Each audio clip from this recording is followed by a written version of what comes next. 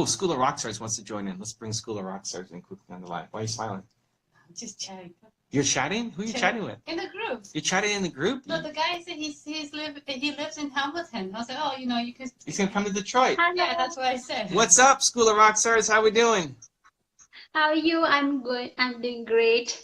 Happy New Year to you and Nina and Hayden and your team. Appreciate the love. You're East Coast too, right? You're Florida. Or you Texas? No, I'm Texas. You're Texas. So you're 1 hour or 2 hours behind us? 1 hour.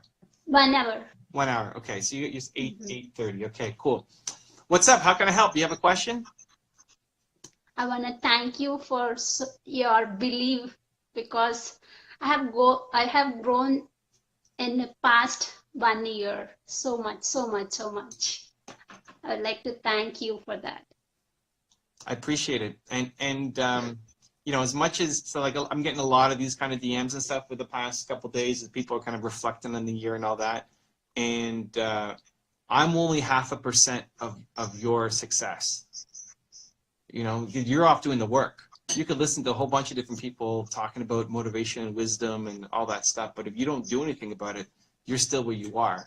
So I'll take my 0.5%. You know, I did a lot for my 0.5%, but the other 99.5%, like that's you because you went off and did the work. And I know you're super involved in the Believe Nation community, and you've done a whole bunch of interviews, and I see people on my team getting on your show. Yes. And, you know. Yesterday I did interview with Lily. Okay. I love it. So, I mean, I'm cheering for you. I just want to see you continue to grow and have more success. And considering how much you've already done this year, it's exciting to see what you're going to do in 2019. And like, I have a question. I want to do these kind of interviews and I want to like do big interviews. Like, how can I get to that big influencer? So it'll be a couple things. It'll be one, your story, your hustle, your energy, your heart, your drive. You know, if you're going in cold and just say, hey, can you come on my show? You're probably not going to get a response. It's not even going to get a no. You just won't even get a response. If you don't have a big audience yet, first off, that's going to be hard for some people. Some people, all they care about is the audience. And so right away, there's some people who won't even look at you. And whatever, that's okay. Like, it's a challenge. You'll get there at some point. It's awesome. Other people love just contributing and giving back and being a part of it, being part of the community. So those are the people that you want to target. And the way to pitch them is not about, I will give you exposure to my audience if you don't have a large audience yet. The way to pitch it is that they're actually doing you a favor and you want to be mentored by them in this one session, and you're going to do a lot of work. Like, you're a young, hustling entrepreneur. You really care about this interview. You really care about getting their opinions on these questions that you have, and anything they tell you to do, you're going to go off and do. And so that's the greatest thing of all time for mentors, that they want to see the people doing the work. And so if they feel like with you, you're going to listen and pay attention and actually do the work, they're much more likely to come on your show and give you the interview than most people, because most people who do interviews aren't very good at doing interviews, and the questions aren't fantastic. So that's how you win, more than I have X thousand followers. If you're going after big names, like, why should they go to you instead of go to CNBC or, you know, another giant influencer or some huge show? It's because they like your story, they like your hustle, they like their passion, and they see a little bit of themselves in you. They like to see a younger version of themselves in you, and they want to see you win. So letting that come out in your pitch, and then also being a known quantity. So get involved in their community. Like, if we hadn't connected, I would still know about you because of all the people that you're pinging in my community, and you're part of a lot of live streams, and you're part of a lot of comments on the posts. And so I would know who you were when you reached out, where most people who write to me, I have no idea who they are. And so that's what you want to rinse and repeat and copy and paste for whoever you're trying to get on your show. When they see your name, the School of Rockstars, come on, they should see somebody that they recognize. It's like, oh yeah, okay, I've seen that name. It sounds familiar. I recognize that person and they love your message. And so it doesn't mean you're going to get a yes, because it's still, time is the asset, but you're much more positioned for success compared to saying, I have X thousand followers and I'm going to give you a lot of exposure, because you're not going to give them exposure compared to their other options. So don't go because you're going to lose, but you can give a lot more heart and energy and hustle and passion than most of the people who will be giving them interviews. And like I want to make change in my creating content, like a quality of the content. Okay. Should I post one video a day, or a quality content per week, or 2 days a week? Well, what's wrong with your videos? What's wrong with your content? Why is it not quality? Can you look at it and see like, oh, here's where I need to get better? Yes, okay, so like that's the greatest thing you can do is watch the last video you did and then make the next one better. And then watch the last one and then make it better, and then keep making it better. And then the more practice you put in, the better you're going to get at it. If you're practicing once a week, you're probably not going to get world class at it. Like if you practice anything once a week, you can get good at it, but you'll never be one of the best because you're doing it once a week. But if you're doing it every day, whether you release the video or not, but if you're practicing every day, like you will get better compared to where most people are.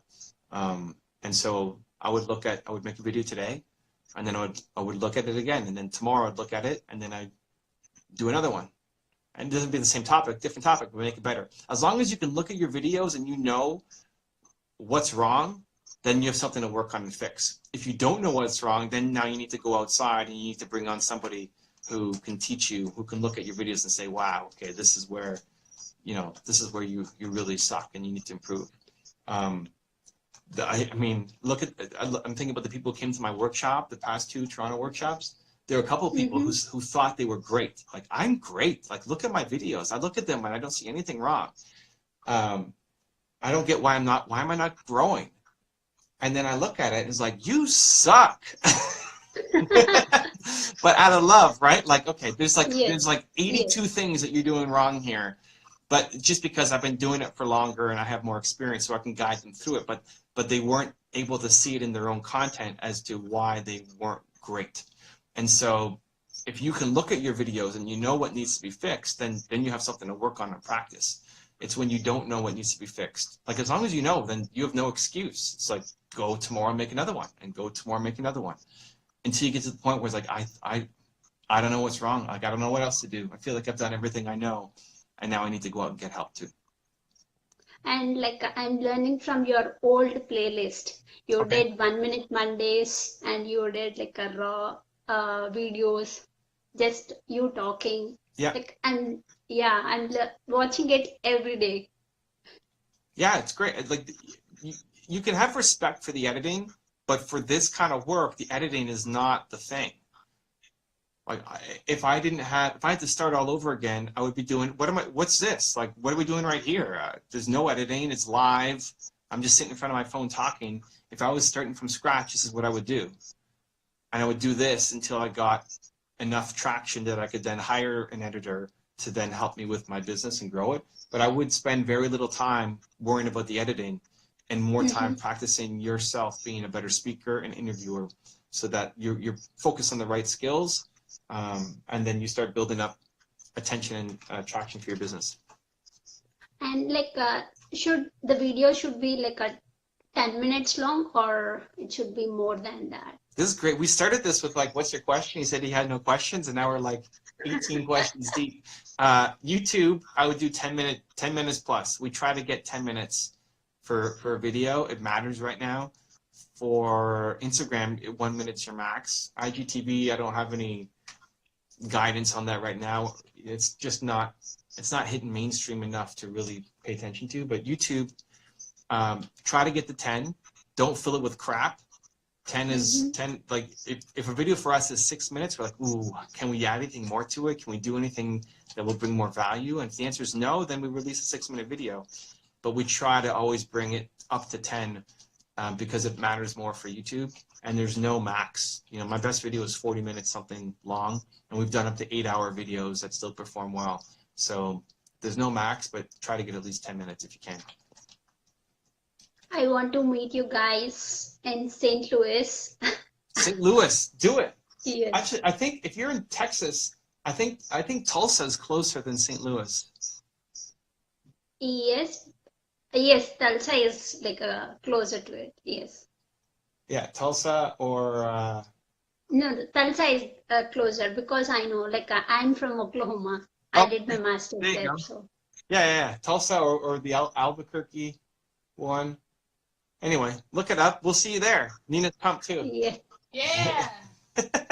Cool. Thank you On for the Jan love. 26th, but I didn't like I'm going through so many challenges right now, so I'm going to fix those, and I'll definitely want to meet you guys. I'm looking forward to it. We'll see you in one of those stops or multiple stops. Why not? Do Yes. both. All right. See you soon. Thank you for the love and happy 2019. Thank you, and so much love to Nina because I am seeing that confidence in her these days in the past 1 month. Wow. Since she leaved her Yes. job, she's got more confidence, huh? Huh, Nina? All right. I like it. Cool. Thank you so much. Thank you. We'll see you soon. Awesome.